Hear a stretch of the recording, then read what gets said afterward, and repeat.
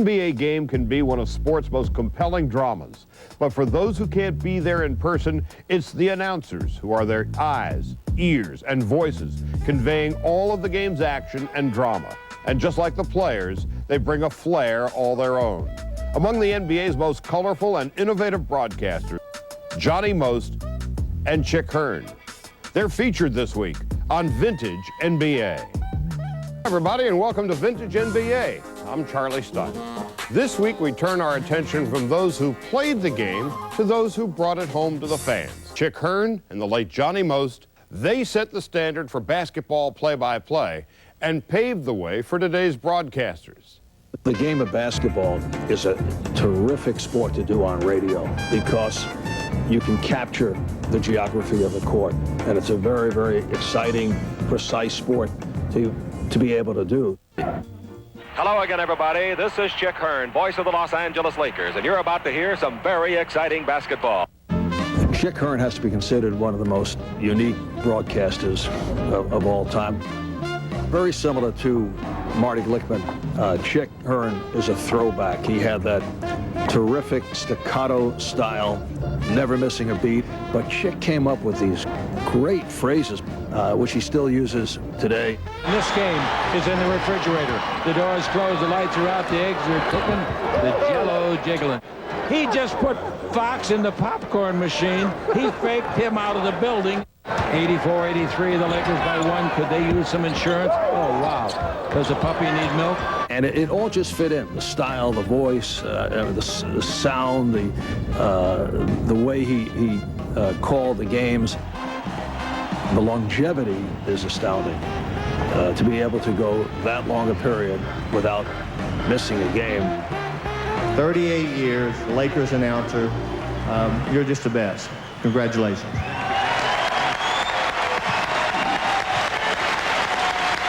As a kid, I would try to pick up the broadcasts from all over the country. When I first heard Johnny Most, I couldn't believe it. A great exhibition of basketball by the Boston Celtics today. It was such a different style. I got such a kick out of it. His voice seemed to change in one sentence 3 or 4 times, depending on what was happening. And here's Sally with the ball. Sally goes into Rodman. There's that hot dog. That hot dog throwing his fist up in the air. It was a us against them type concept, which fans in New England just love.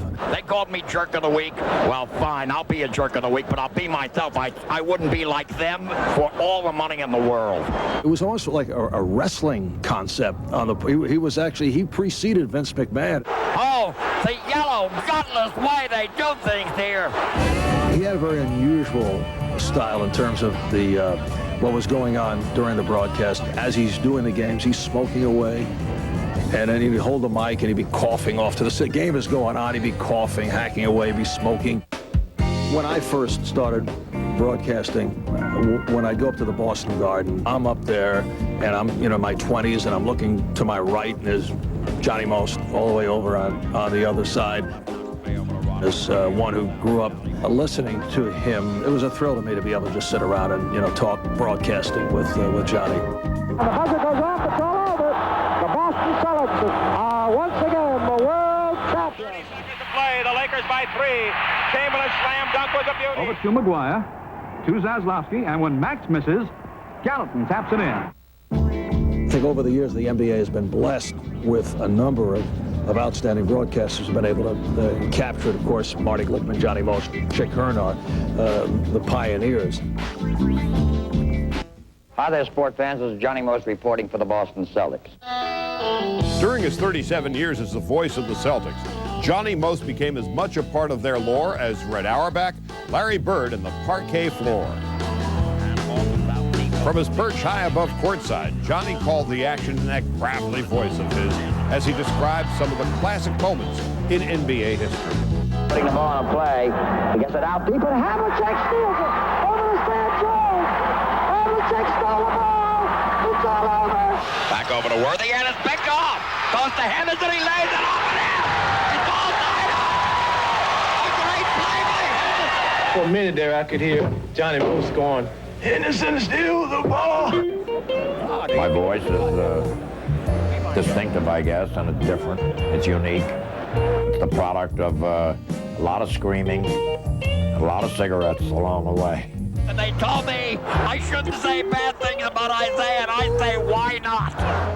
Every time we got fouled, we got killed. Every time we fouled them, what game is the referee looking at? He had the audacity to complain about something. He was disgusting in this display. He was totally partial, which was all right with us. And he gets the pass. Goes into the lane. Jump pass back out to DJ. DJ throws. Oh, it's gone!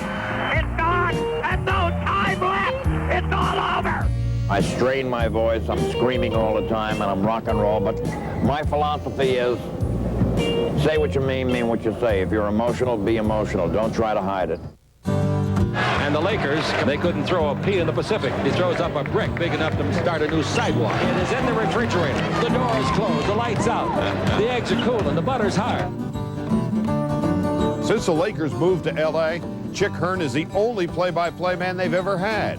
He's called every Laker game for the past 35 years, bringing the same enthusiasm to each broadcast as he talks about the game he loves. It made your job so easy because all you had to do with a big, fast-talking irishman like myself is say what happened, describe it. I've been listening to Chick Hearn for almost 40 years. And I still laugh every single broadcast. Puts Blotty in the popcorn machine, dribble drive, slam dunk, and Blotty's covered with salt and butter. Top of the key to Aguirre, knocks Worthy down with a charge. There's no call at all. No harm, no blood, no ambulance, no stitches. The best part of the game for me is a close game. And I'll tell you why. The players work hard in a close game. The coaches have to show their ability to make strategic moves. And for the broadcaster, myself included, it's a lot easier to really be into a one-point or a tied ball game going to the final minute. To the left goes Magic. He's got it. He didn't shoot it. 5 seconds left. Magic down the middle, just what I thought. A hook shot at 12. Good! This guy is such a creative genius and has such a sense of how to create the experience that he's witnessing for someone a million miles away. Among the many phrases invented by Chick Hearn were the terms slam dunk and air ball. In the NBA, players and coaches may come and go, but many announcers have stayed with the same team for decades. And in so doing, they have formed an enduring bond with the fans of their city. The dean, of course, is the Lakers' Chick Hearn. Johnny Most, Marty Glickman, and Chick Hearn have all been honored by the Basketball Hall of Fame. In fact, Johnny received a unique tribute from the Celtics. They retired his microphone. A silver replica of the mic was placed along press row. Just like the teams they covered, Most, Hearn, and Glickman are all part of basketball lore. Their words captured the excitement of the game. Their voices have provided the soundtrack to NBA history. That's it for this edition of Vintage NBA.